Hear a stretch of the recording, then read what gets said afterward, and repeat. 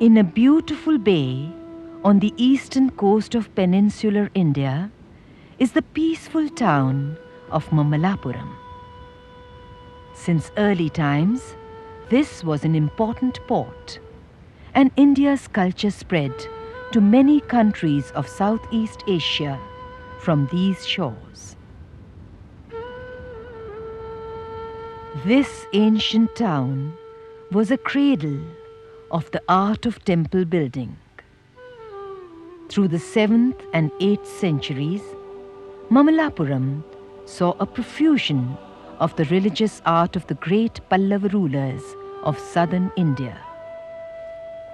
From bas-relief on the hillsides, to monolithic rock-cut structures, to freestanding masonry temples, Mamalappuram is virtually a museum of the development of the Indian temple.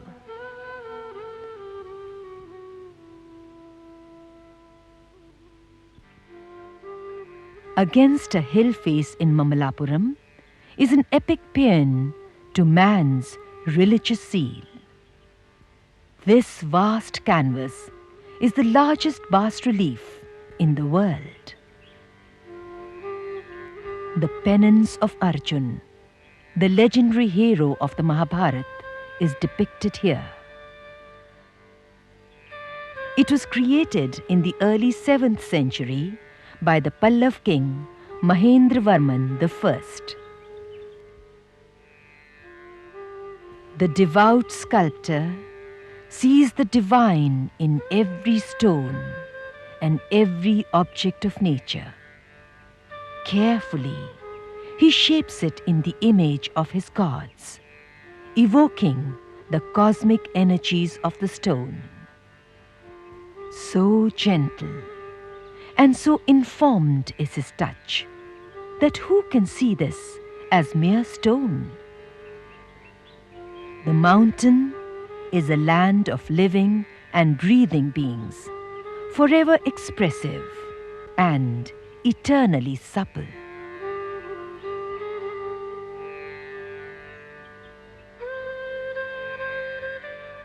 Here, a forest has come alive, teeming with the vital life of animals.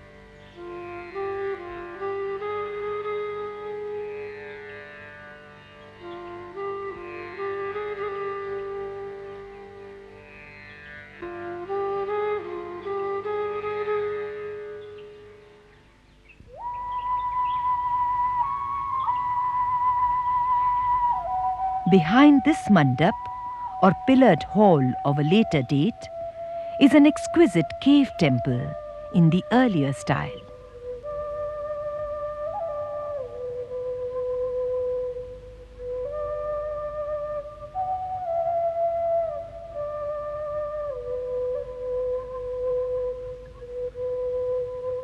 Here is a remarkable scene of Lord Krishna, effortlessly holding up Mount Govardhan to shelter the cowherds and maids from a storm raised by Lord Indra. Protected from the storm's fury by the benign Krishna, life continues peacefully in Vrindavan.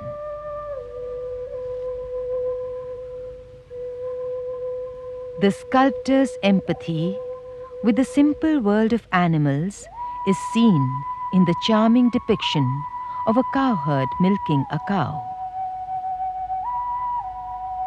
The storm forgotten, a young man plays the flute and a maiden listens enraptured.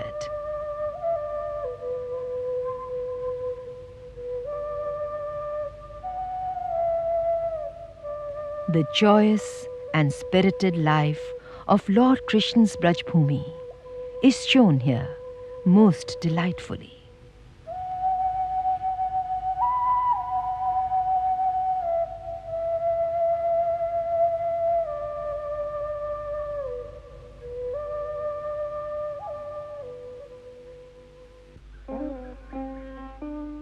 Everywhere in Mamalappuram, the hills abound with the animals of the sculptor's chisel.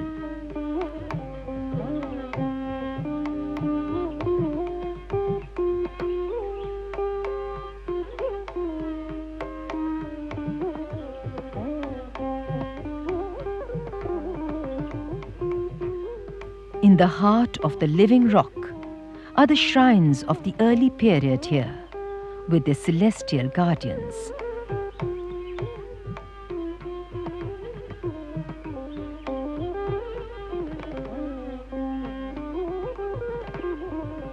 An inspired cave temple of the rock-cut phase is dedicated to Varaha Vishnu.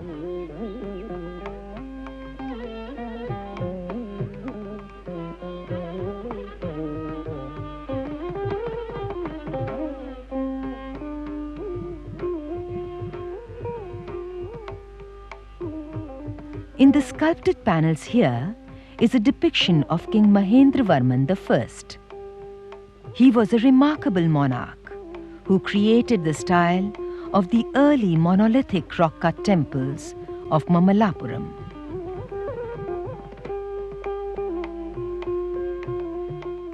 In the shrine, we see Lord Vishnu in his Varaha incarnation, gently holding Prithvi, the earth, whom he has lifted from the depths of the ocean. Another royal portraiture is of the earlier Pallav king, Simha Vishnu. The beautiful divine depictions include those of Gajalakshmi being bathed by elephants and Gangadhar Shiv.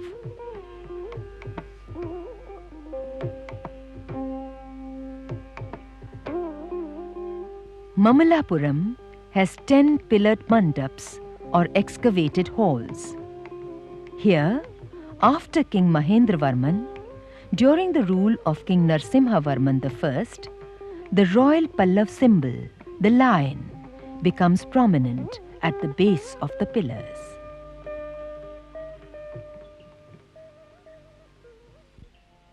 In Mamalappuram, the local imagination has invested even these boulders with divine associations. This rock formation is known as the kitchen of Bhim, one of the legendary heroes of the Mahabharata. Another cave temple is dedicated to Varaha Vishnu. In a beautiful panel showing the Gajalakshmi, graceful maidens bring water that is poured lovingly on the goddess by elephants.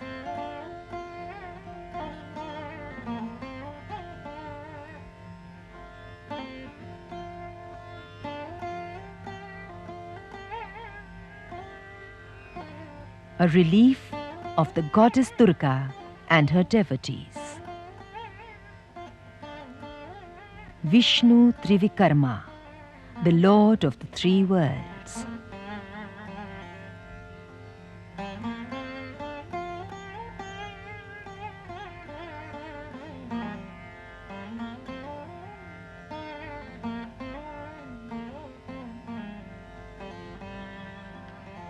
Varaha Vishnu, having lifted and saved the goddess Prithvi from the ocean.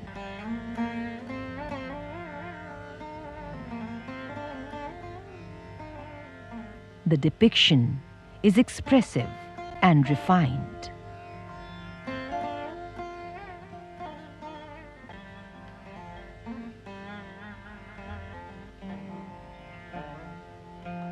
A most striking cave of this period is the Mahishasur-Mardini cave.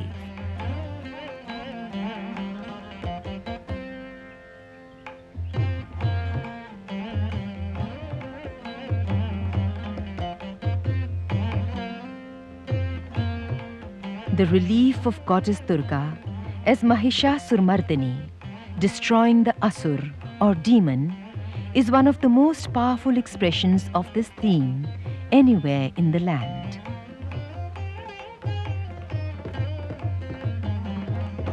The sculptors of this relief seem infused with the dynamic energies of the Devi herself.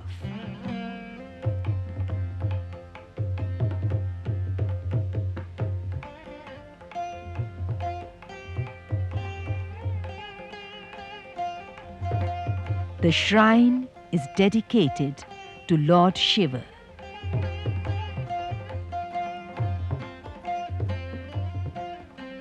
Lord Vishnu, reclining upon Sheshnag, while his followers fight the demons Madhu and Kaitab.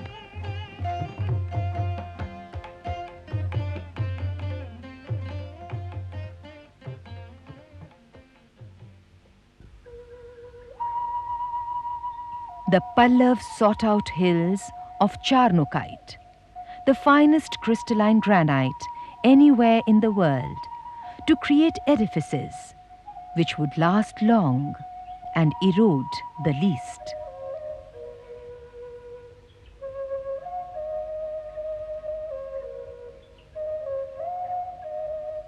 The stone was laborious to work upon, but no pains were to be spared in perpetuating the glory of the gods they worshipped.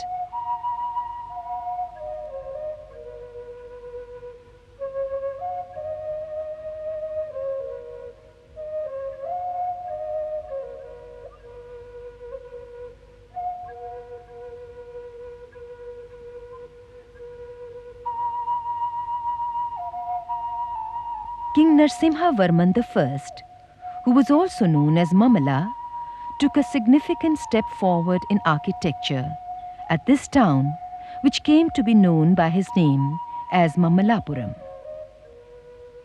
After the hollowed cave shrines, he conceived the monolithic rock-cut temples, which came to be known as the Rats. Near the bas-relief of Arjun's penance stands this marvelous monolithic structure, the Ganesh Rath. Though it is unfinished, the elaborately worked roof is the precursor of the later Gopurams, an essential feature of the medieval South Indian temple.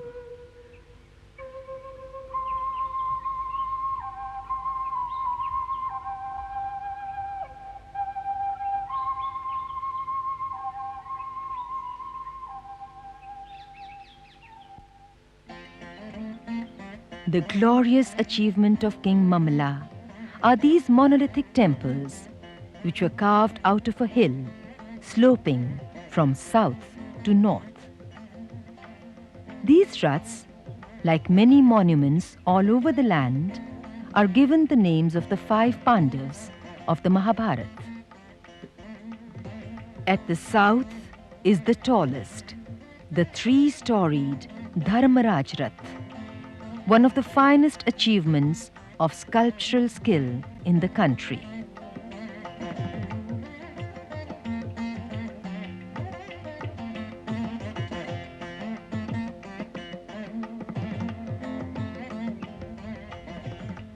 The corner blocks of the temple have sculptural panels depicting the gods of the Hindu Trinity.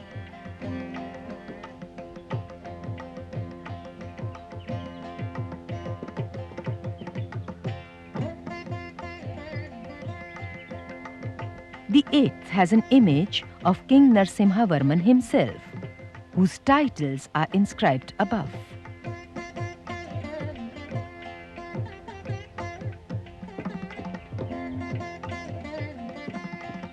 The graceful figure of Shiv as Ardhanarishwar, depicting his male and female manifestations, is one of the finest sculptures of Pallav art.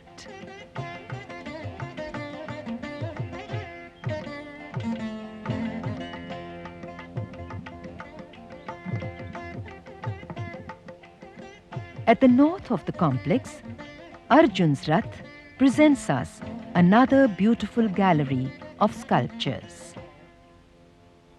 The corner panels have elegant dwarpals. In the center, Lord Shiv leans upon Nandi.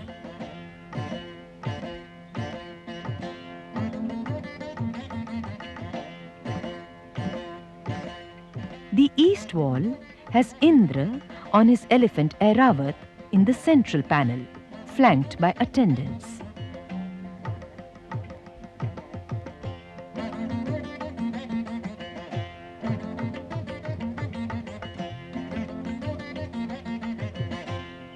The Draupadi Rath has the most elegant dwarpalikas on either side of the shrine, which houses an image of goddess Durga. The styles developed in the Raths of Mamallapuram were to have a profound influence on the temples which followed.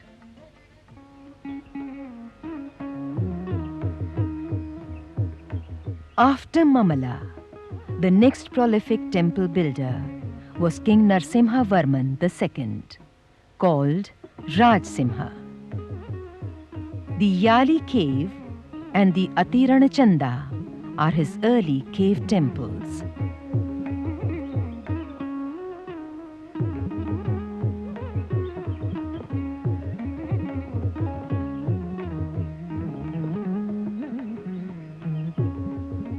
This temple is dedicated to Somskanda Shiva, whose image is sculpted both in the sanctum and on the back wall of the cave.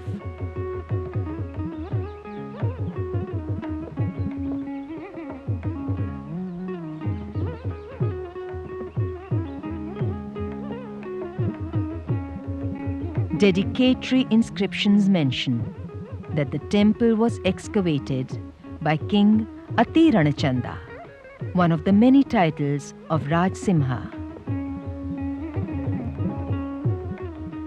A great achievement of Rajsimha's reign was the emergence of the first masonry temples at Mamalappuram. Rampant lines had replaced the seated lines of earlier pillars. The Olaknath temple is dedicated to Shiva, the flame-eyed.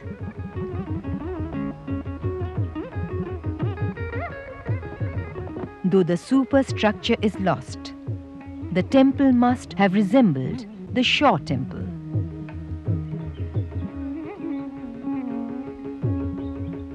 The palace site of the Pallav rulers. The royal line proclaims the sovereign power of the dynasty.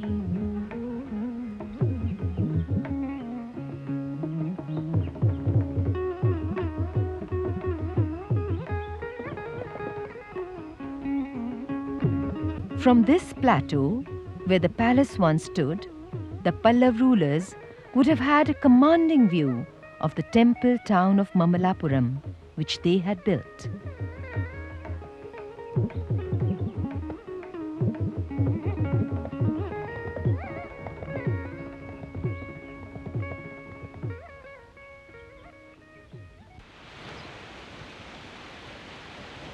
The sacred Purans state that only in places by the river bank, the sides of lakes, on the quiet seashore, should temples be built.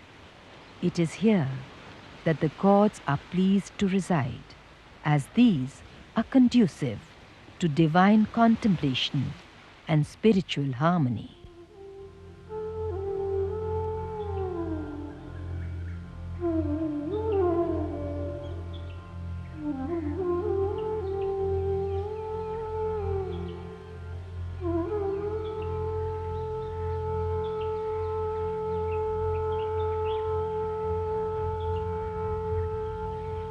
Set against the backdrop of the endless sky and sea, the Shore temple is the crowning glory of 2 centuries of artistic achievement at Mamalappuram. The waves beat very close to the Shore temple, which gives rise to the popular belief that there was a group of temples here which is now under the sea. The salt-laden winds have taken their toll over 12 centuries, and the seaward side of the temple has been considerably eroded.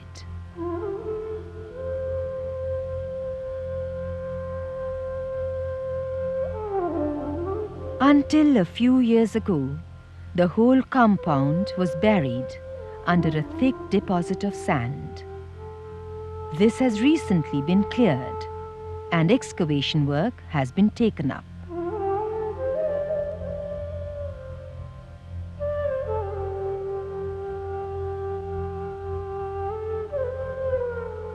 On the beach next to the shore temple is a rock shrine dedicated to goddess Durga as Mahishasur-Mardini.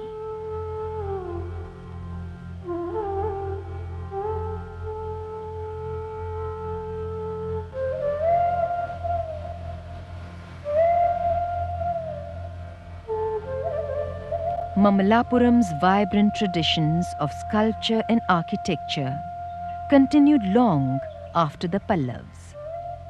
Here, more than 600 years later, two unfinished gopurams of the Vijayanagar period reflect the exultant note of that mighty kingdom.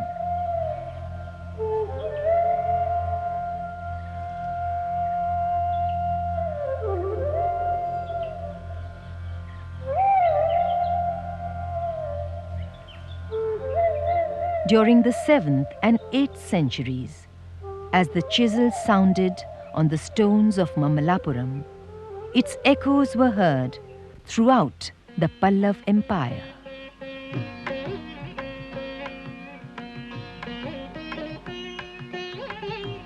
King Rajsimha, who created the first structural temples at Mamallapuram, followed by building the magnificent Kailashnath temple at his capital in Kanchipuram. One of the many inscriptions here reads, "May Shiv be permanently present in this temple, which rises as if reaching the clouds, which surpasses Kailash in its beauty, and which was built by Rajsimha, the righteous King of Kings."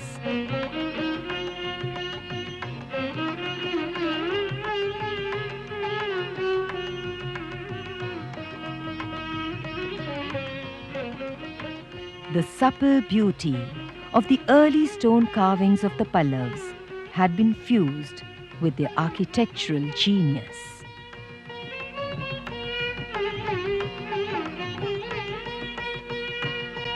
Rajsimha's architectural tradition was carried forward by his son Mahendravarman and by his successors, who built other grand temples at Kanchipuram.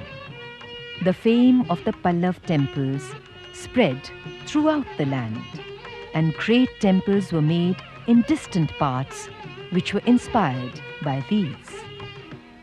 The concept of the Indian temple, which grew in the cradle at Mamallapuram, from the early cave shrines to towering, freestanding structures, had forever shaped the future of the Indian temples.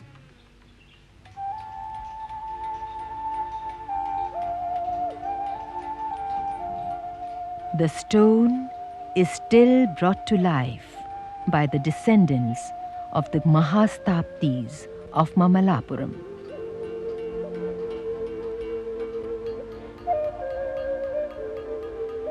The great tradition of the ancient guilds is continued today in a unique college here, which offers advanced degree courses in traditional architecture and sculpture.